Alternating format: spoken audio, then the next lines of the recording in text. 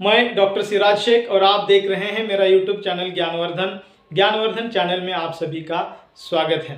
शिवाजी विश्वविद्यालय कोल्हापुर के प्रथम वर्ष बीए, बीकॉम, बीएससी के लिए ओपन इलेक्टिव विषय के अंतर्गत एक हिंदी के माध्यम से विषय रखा गया है जिसका नाम है विज्ञापन का स्वरूप, विज्ञापन का महत्व, विज्ञापन के उद्देश्य और इसी के साथ साथ कुछ कविताएं भी दूसरी इकाई में रखी गई हैं। तो आज हम पहली इकाई का जो पहला पाठ है उसे देखने का प्रयास करेंगे जिसका नाम है विज्ञापन का स्वरूप। किसी भी वस्तु का स्वरूप देखने के लिए सबसे पहले हमें उसका अर्थ एवं उसकी परिभाषाओं को जानना आवश्यक होता है। उसका अर्थ समझने के बाद ही हम समझ लेते हैं कि वह वस्तु, वह क्षेत्र क्या होता है। तो यहाँ पर सबसे पहले हमें देखने की आवश्यकता है कि विज्ञापन किसे कहते हैं, विज्ञापन शब्द की निर्मित किसके आधार पर हुई है, किन शब्दों के आधार पर हुई है और विज्ञापन का क्षेत्र कहाँ कहाँ पर दिखाई देता है। हम देखते हैं कि सुबह से लेकर शाम तक अलग अलग माध्यमों के जरिए से हमारे सामने विज्ञापन रखे जाते हैं, अर्थात किसी वस्तु विशेष के बारे में विशेष बात कही जाती है, उसे खरीदने के लिए प्रोत्साहित किया जाता है, तो उसे ही एक तरह से विज्ञापन कहा जाएगा। हम देखते हैं कि अंग्रेजी में विज्ञापन को एडवर्टाइजिंग कहा जाता है। एडवर्टाइजिंग यह शब्द लैटिन भाषा, लैटिन का जो एडवर्चर शब्द है उससे निर्माण हुआ है। लैटिन भाषा का एडवर्चर इस शब्द से एडवर्टाइजिंग यह अंग्रेजी शब्द बना है जिसे हिंदी में विज्ञापन कहा जाता है। और इस एडवर्चर का अर्थ होता है मस्तिष्क का केंद्रीभूत होना, मस्तिष्क का केंद्रीभूत होना, मस्तिष्क का केंद्रीभूत होना, अर्थात किसी भी वस्तु, किसी भी चीज के बारे में हमें बार बार बताकर, उसके महत्व को बताकर, उसके फायदे, उसके नुकसान आदि बातों को बताकर हमें उस वस्तु विशेष के प्रति केंद्रीभूत किया जाता है, उसे कहा जाता है एडवर्टाइजिंग।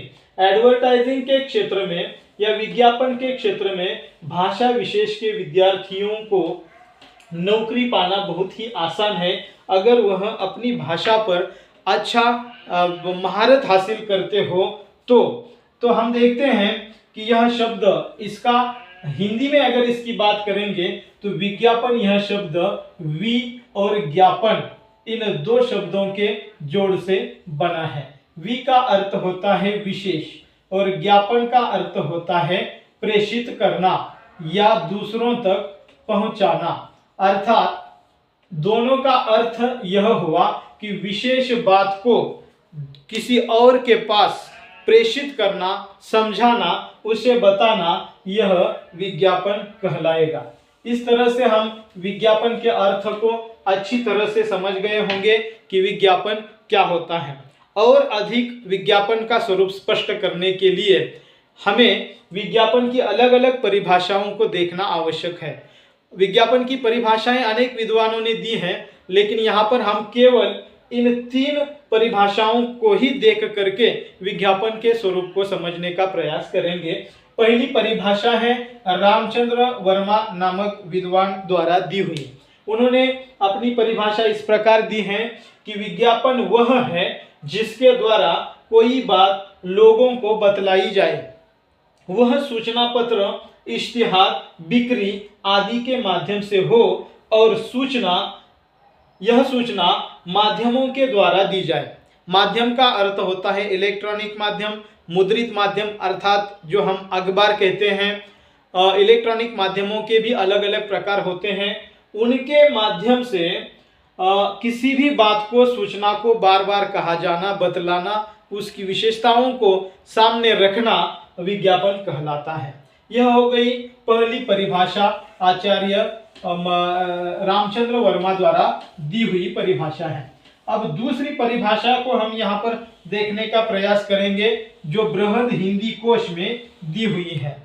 यह परिभाषा इस प्रकार है कि विज्ञापन का अर्थ है समझना। विज्ञापन का अर्थ है समझना, सूचना देना, इश्तहार, निवेदन या प्रार्थना। यानी कि किसी बात के बारे में, उसकी विशेषताओं के बारे में प्रेषित करना, बताना, इसे विज्ञापन कहा गया है।